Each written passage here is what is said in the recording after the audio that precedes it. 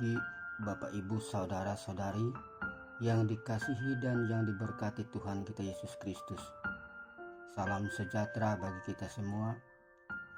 Puji syukur pada pagi hari ini Rabu tanggal 10 Januari 2024 kita dapat berjumpa kembali dalam layanan podcast Kabar Bahalap bersama saya Penetua Uhation dari lingkungan pelayanan 2 Majelis Jemaat GKF Langkah 1. Sebelum kita membaca dan merenungkan firman Tuhan, marilah kita bersama-sama berdoa.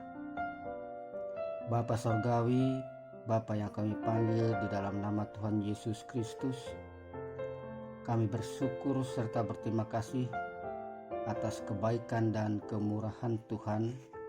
Di sepanjang malam hingga pagi hari ini, kami telah dibangunkan dari tidur istirahat kami dengan kekuatan dan kesehatan yang baru, serta semangat yang baru.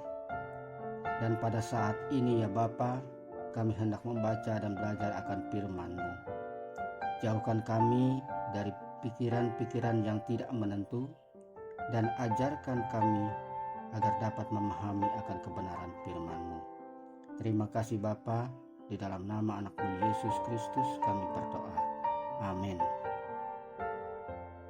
Adapun firman Tuhan yang akan dibacakan untuk kita pada pagi hari ini sesuai Almanak Nas yang terambil dari kitab Perjanjian Lama, yaitu kitab Yesaya pasal 41 ayat 8 sampai 20 dengan perikop Israel hamba Tuhan yang demikian bunyinya.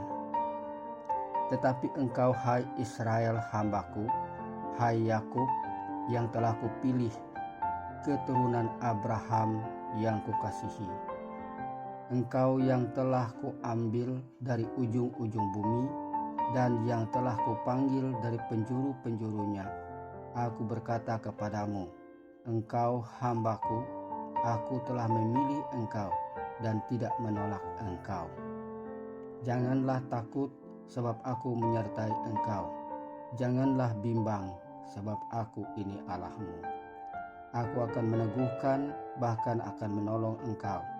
Aku akan memegang engkau dengan tangan kananku yang membawa kemenangan. Sesungguhnya semua orang yang bangkit amarahnya terhadap engkau akan mendapat malu dan kena noda. Orang-orang yang membantah engkau akan seperti tidak ada dan akan binasa. Engkau akan mencari orang-orang yang berkelahi dengan engkau, tetapi tidak akan menemui mereka. Orang-orang yang berperang melawan engkau akan seperti tidak ada dan hampa. Sebab aku ini Tuhan Allahmu, memegang tangan kananmu dan berkata kepadamu, janganlah takut, akulah yang menolong engkau. Janganlah takut, hai si cacing Yakub, hai si ulat Israel, akulah yang menolong engkau, demikianlah firman Tuhan. Dan yang menebus engkau ialah yang Maha Kudus Allah Israel. Sesungguhnya aku membuat engkau menjadi papan pengirik yang tajam dan baru, dengan gigi 2 jajar. Engkau akan menggirik gunung-gunung dan menghancurkannya, dan bukit-bukit pun akan kau buat seperti sekam. Engkau akan menampi mereka, lalu angin akan menerbangkan mereka, dan badai akan menyerahkan mereka. Tetapi engkau ini akan bersorak-sorak di dalam Tuhan dan bermegah di dalam Yang Maha Kudus Allah Israel. Orang-orang sengsara dan orang-orang miskin sedang mencari air, tetapi tidak ada. Lidah mereka kering kehausan, tetapi aku, Tuhan, akan menjawab mereka. Dan sebagai Allah orang Israel, aku tidak akan meninggalkan mereka. Aku akan membuat sungai-sungai memancar di atas bukit-bukit yang gundul. dan membuat mata-mata air membual di tengah dataran. Aku akan membuat padang gurun menjadi telaga dan memancarkan air dari tanah kering. Aku akan menanam pohon aras di padang gurun, pohon penaga, pohon murad, dan pohon minyak. Aku akan menumbuhkan pohon senobar di padang belantara, dan pohon berangan serta pohon cemara di sampingnya, supaya semua orang melihat dan mengetahui, memperhatikan dan memahami bahwa tangan Tuhan yang membuat semuanya ini, dan yang Maha Kudus Allah Israel yang menciptakannya. Demikian firman Tuhan untuk kita di pagi hari ini. Tuhan Yesus bersabda, yang berbahagia ialah mereka yang mendengarkan firman Allah dan yang memeliharanya. Amin. Bapak Ibu yang dikasihi Tuhan kita Yesus Kristus, adapun renungan yang akan saya bacakan, yaitu yang ditulis oleh pendeta LGBT, yang berbunyi demikian. Adapun pasal 41 ini adalah bagian dari pasal 40 sampai pasal 66 yang ditulis di tahun-tahun terakhir Nabi Yesaya. Pasal-pasal tersebut berisi tentang nubuat-nubuat Allah untuk memberikan pengharapan dan penghiburan kepada umatnya selama mereka ditawan di Babel 70 tahun sesudah zaman Yesaya. Pasal-pasal ini penuh dengan pernyataan nubuat mengenai Mesias yang akan datang dan kerajaannya di bumi kelak. Beberapa peristiwa yang dinubuatkan digenapi berhubungan dengan tertawannya Yehuda oleh Babel dan pemulihannya. Banyak nubuat lain lebih khusus berhubungan dengan datangnya Yesus Kristus ke bumi. Dan yang lain lagi masih menunggu penggenapan.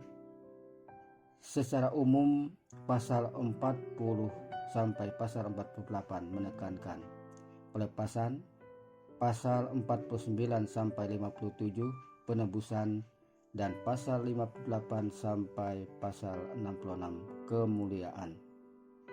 Walaupun dalam sejarah sebelumnya tidak pernah ada satu bangsa dalam pembuangan yang dibawa pulang ke negeri leluhur mereka untuk memulai kehidupan baru. Dan kendati pun dalam prakteknya pemerintah bangsa lain tidak memiliki sarana yang menyebabkan bangsa Yahudi pulang, Tuhan Allah akan mewujudkan apa yang kelihatannya mustahil ini. Di pasal 41 ayat 8 sampai 20, Tuhan Allah memberikan pesan yang menguatkan umatnya supaya mereka menang melawan semua kekuatan duniawi, entah itu Babel, Persia, Yunani, atau Romawi, yang akan berusaha memadamkan kesaksian mereka. Semua kerajaan yang tidak mengenal Allah ini pasti akan runtuh dan berlalu, sementara umat Tuhan akan hidup terus dan berkembang. Itu bukan berarti Israel akan mencapai kekuatan duniawi yang besar, tetapi bahwa Allah akan selalu menjadi kekuatan mereka. Sendirian Israel tidak lebih daripada seekor cacing yang direndahkan dan diinjak oleh dunia. Tetapi di tangan Allah, ia menjadi alat untuk meruntuhkan yang paling perkasa di antara bangsa-bangsa dan meninggalkan kemenangan bagi umat Allah di tengah-tengah keruntuhan mereka. Kasih Allah kepada Israel begitu besar sehingga menjadikan mereka sebagai bangsa pilihan. Allah berfirman, "Janganlah takut, sebab mereka mendapat berkat khusus dari Allah." Ada perlindungan, kemenangan, pertolongan, kekuatan, dan pemeliharaan. Masalah berat yang dialami bangsa Israel sewaktu berada di pembuangan membuat mereka seakan tidak berharga, tidak punya kekuatan apapun untuk keluar dari tekanan itu. Hal itu diungkapkan Yesaya dalam gambaran Israel sebagai cacing dan ulat. Kondisi itu pun dapat terjadi pada kita. Namun bagi orang pilihan Tuhan, ada hal luar biasa yang terjadi. Pertama, cinta Tuhan itu kekal. Sangat berbeda dari cinta manusia yang mudah berubah atau hilang. Kita tidak perlu khawatir, Tuhan tidak memperdulikan kita pada masa sulit. Ia tetap mencintai dan tetap bersama dengan kita. Kedua, Tuhan akan memberi kekuatan kepada orang yang dipilihnya dalam hubungan yang istimewa ini. Tuhan akan selalu memberikan kekuatan agar kita, orang pilihannya, bisa menang atas berbagai pencobaan, sekaligus menjadi kesaksian cinta Tuhan atas kita. Ketiga, dalam cintanya, Tuhan akan memberikan pemeliharaan kepada orang yang dipilihnya. Jika kehidupan kita sedang sulit, dalam masalah ekonomi atau bahkan pergumulan batin, Tuhan akan memberikan pemeliharaannya. Dia tidak akan membiarkan kita tanpa pertolongan. Keempat, Tuhan akan menebus dosa-dosa orang yang dipilihnya agar dapat berhubungan baik dengannya. Hal ini karena Allah yang Maha Kudus membenci dosa dan hanya berkenan kepada orang-orang yang telah dikuduskan. Sebagai orang percaya, kita tidak perlu menjadi orang yang selalu dipenuhi ketakutan atau kekhawatiran dalam hidup ini. Semua itu karena Allah selalu memberikan berkat istimewa kepada kita sebagai orang-orang pilihannya. Mari kita berdoa. Terima kasih Bapa di sorga atas firman-Mu yang telah mengingatkan kami bahwa hidup kami tidak berarti apa-apa tanpa pertolongan dan penyertaan-Mu. Oleh karena itu Bapa, berikan kami kekuatan dan berkat-Mu agar kami dimampukan untuk menghadapi pencobaan pergumulan hidup ini. Amin. Demikianlah renungan kita pada pagi hari ini.